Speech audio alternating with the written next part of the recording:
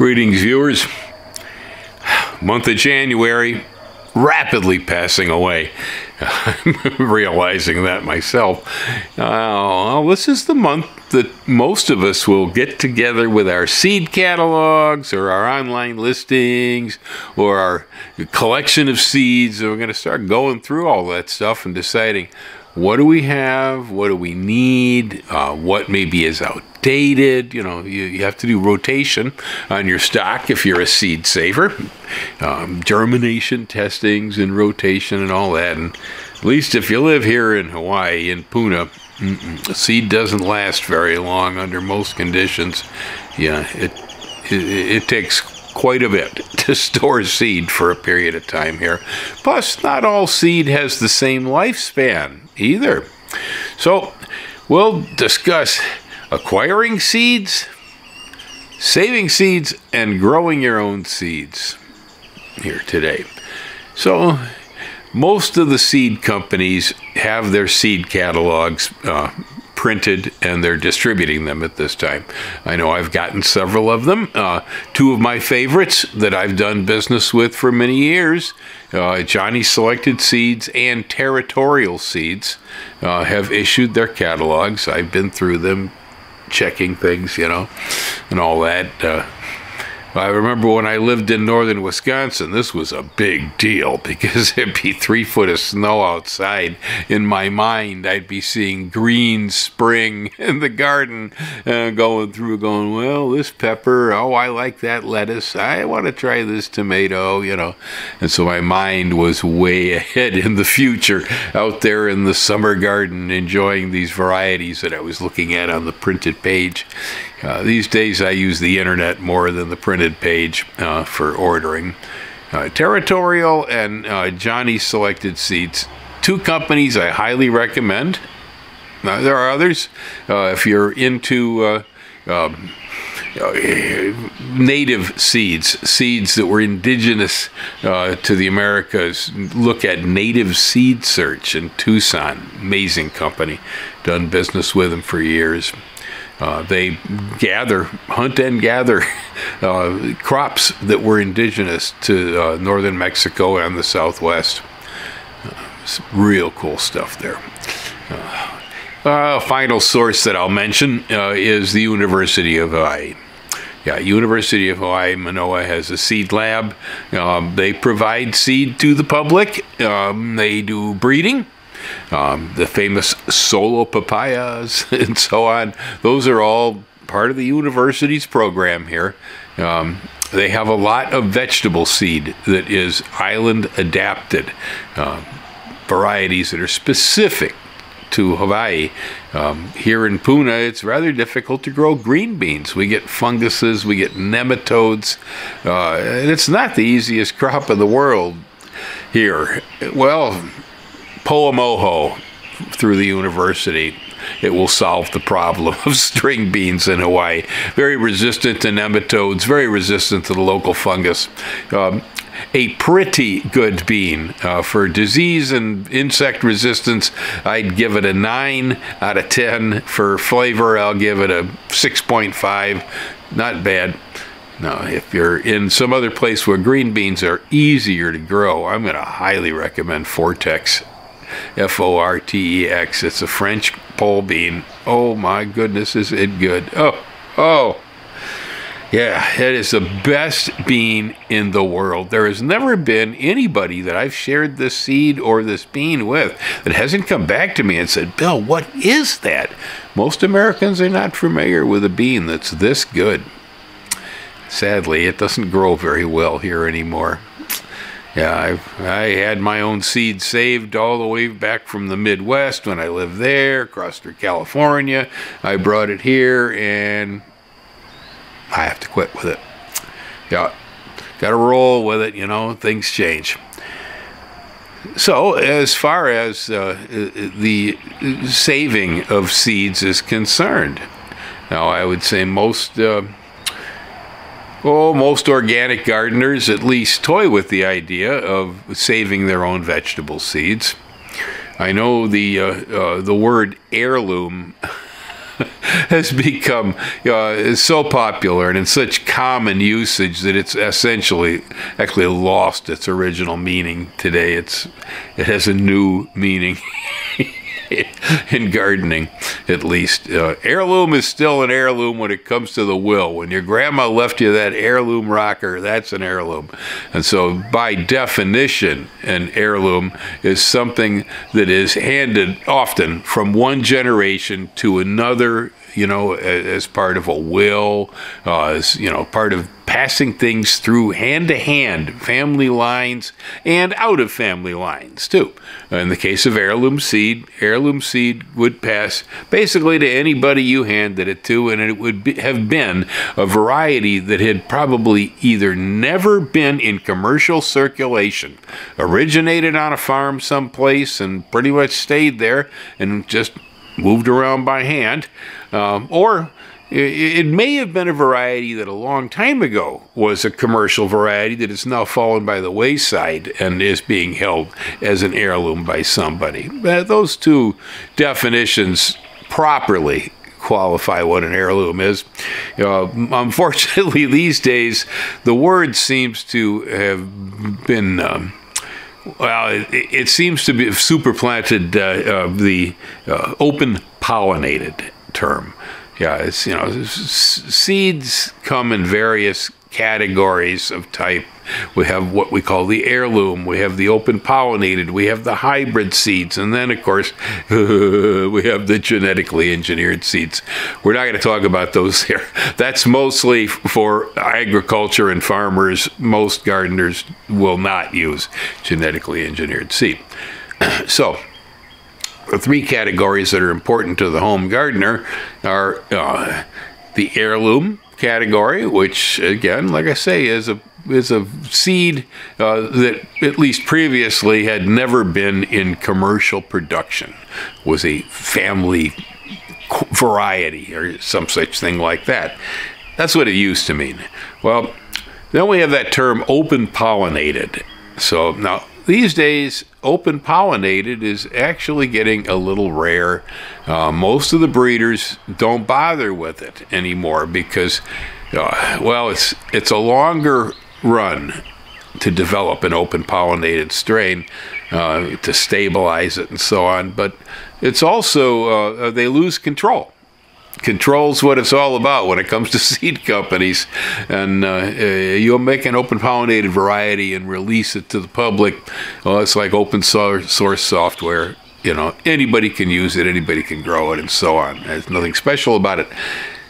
So seed companies have a tendency to like to produce hybrid seed, which is where you're taking two or more different types of same plant, tomato, pepper, and you're crossing them together in such a way that creates a hybrid where the hybrid is probably not stable. If you were to take the seed and start planting it, you would probably have to go through successive generations of planting before it's stabilized. Otherwise, you're going to get one parent or the other parent or strange combinations of the genetics of either parent, and so on.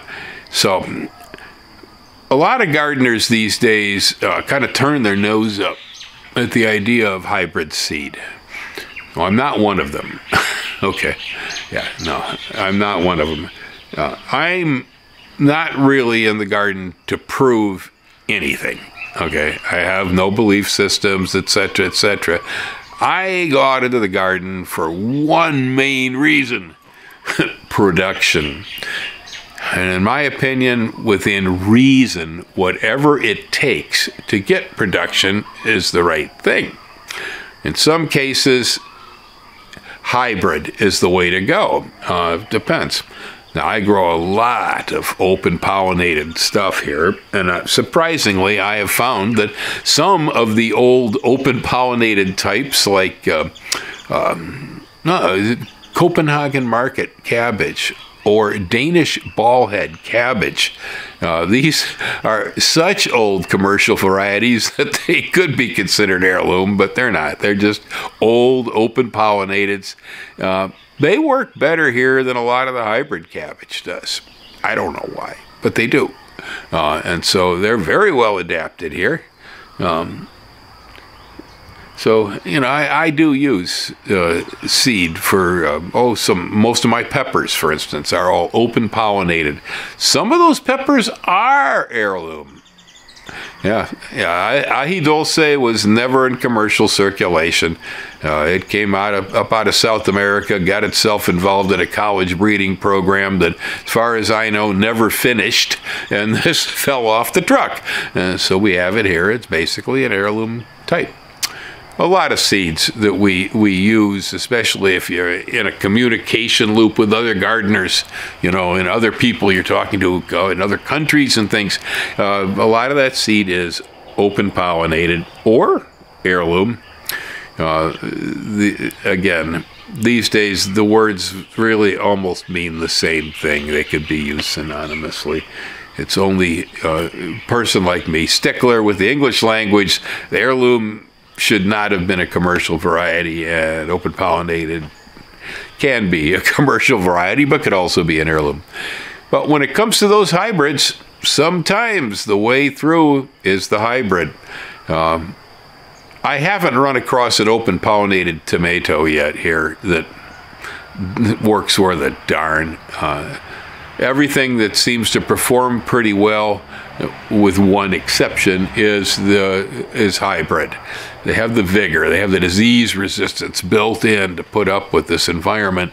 Now, I do have an Everglades cherry tomato, which was sent to me from a lady in Florida, and I suspect it's actually a separate species from most of our garden tomatoes.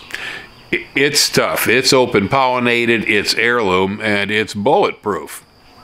It's kind of an exception, though.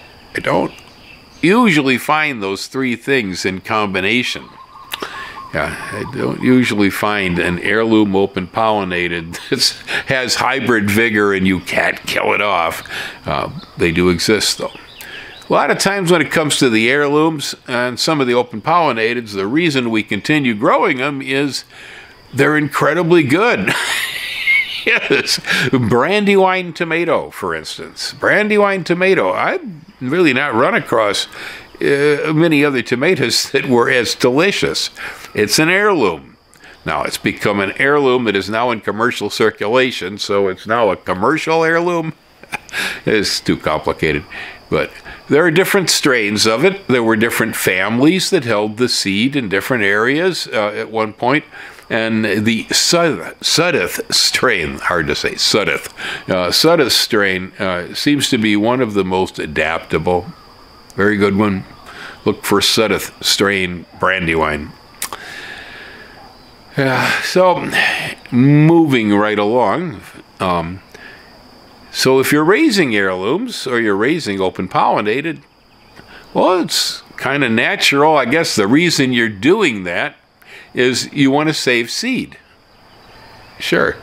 Now, you can save seeds from hybrids. It will probably take you several generations to get them to stabilize, but they will produce, if it's a hybrid pepper, they're going to produce a pepper. They're going to produce a pepper similar to the one that they came from. It just is going to take you a while, and when you're done stabilizing by planting and reselecting, you may not have exactly the same fruit you started with. You probably won't, in fact. But it can be done, and it's a useful thing to do. I have stabilized hybrids in the past. I have a few varieties of things here that's exactly how they came about. But when it comes to saving seeds, in general, you're going to need to be using open pollinated varieties to do this. They will generally remain very stable. The progeny you get will probably be almost exactly the same as the parent that the seeds came from.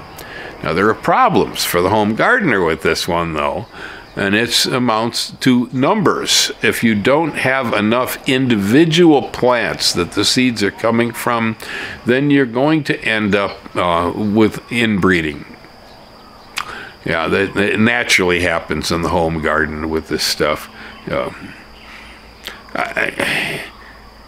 beans, say, for instance, let's talk about green beans. Now, if it's a hard bean, like a pinto, well, there you're letting everything going to full ripe, and you could take, 2 seeds from every plant that was in the row and maintain fair genetic diversity.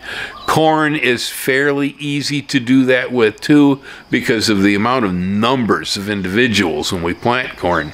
On the other hand, with our tomatoes, for instance, we may only have 6 tomato plants. It's not unusual. A half dozen tomatoes in a good area produce an awful lot of fruit. Well, that's not enough individuals to maintain a good genetic variability. You're going to end up with an inbred line eventually. For a while, this probably doesn't matter. But I usually, after 10 years or so of keeping my own seed from a particular variety, I will often go back out to a commercial source and reacquire same seed to fresh my seed up, because the seed farm may have thousands of individuals they're selecting from, whereas at my house there may have only been 5, right? And so I need to bring in fresh genetics to keep things active.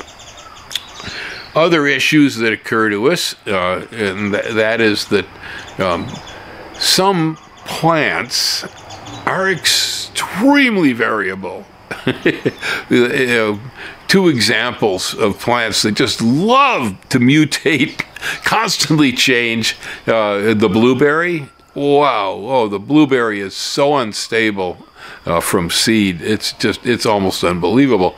Cannabis, another one, becoming very popular now that it's legal for us to sell cannabis seeds and legal for us to plant them in a number of states. Yes, cannabis, extremely unstable plant. How these guys with these cannabis seed companies maintain their stock, I'm not saying they don't, but I'm saying it's got to be a chore. In the future, we may have some words on this if anybody's interested.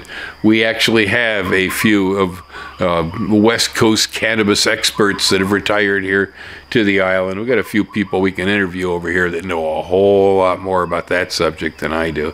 We'll see if they want to talk. Give out their secrets. But yeah, that's one. Wow, it is so difficult. Well, plus, with cannabis, it takes 2. You got male and female plants there, and so the possibility that the genetics of the male are not quite the same as the genetics in the female that you were looking for is entirely feasible, too. So it can be very difficult to maintain things exactly when you're raising your own seeds. Considering the possibility of freshening your sources up from places where there are much larger quantities of individuals being grown periodically is a very good idea. Yeah. All right, so there we talked about different categories of seeds. We talked about this is the time to get around to dreaming and ordering up what you're going to be growing for the garden and evaluating. We talked a little bit about saving seeds. Storing seeds, I guess, is worth note here too. I use glass. I don't find paper or plastic works well at all in Hawaii. I will leave seed in paper packages that it may have come in, but it goes into glass jars where I use silicon dioxide, the drying agent, in the jars to keep the seed dry. You want to keep the seed dry, you want to keep the seed cool, and you want to keep the seed dark. Storing seeds in my bathroom closet, for instance, in sealed containers inside sealed plastic tubs, tubs with neoprene seals and clamps, that will keep the outside air away from the seeds on the inside. They'll last much longer. Also, the lifespan on seed varies from one seed to another and one area to another, believe me, but one seed to another. For instance, seeds that only have 1 year, carrot, lettuce, onions, saving them in the next year is no point in it. You got the seed, plant it all out, because it will go bad. It doesn't last in the next year. Things like corn and beans, they will go into a second year, but the germination will be decreased. By the time you get to the third year, it's probably not worth even trying to plant that seed. Throw it out, feed it to the chickens, try to use it in a cover crop or do something else with it.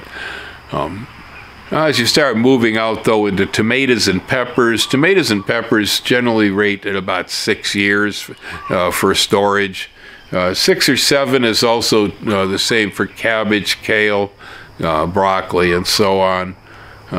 In the cucurbits are probably one of the longer seeds to store. I've seen 12 to 16 years on melon, squash, pumpkin, things like that, cucumber. Well, you'll find out for yourself, but these things are all written in charts. If you're curious as to why the lettuce seed you saved from last year didn't grow this year, well, it's on a chart somewhere. It's old. That's why. Yeah, some people believe in freezing seeds. Some people believe in refrigerating seeds. I don't like to use either of those techniques. The reason why is that my seed, I'm pulling it out, putting it away, pulling it out, putting it away, pulling it out, putting it away all the time. If I have the seed cold, every time I pull it out and open it up, it's going to have moisture condense on it. Yeah, I don't want that. And so I don't chill my seed. I leave my seed at room temperature so it doesn't draw atmospheric moisture when I have it out and on the counter. But to each their own. Certainly, long-term seed storage, in food seed banks and stuff.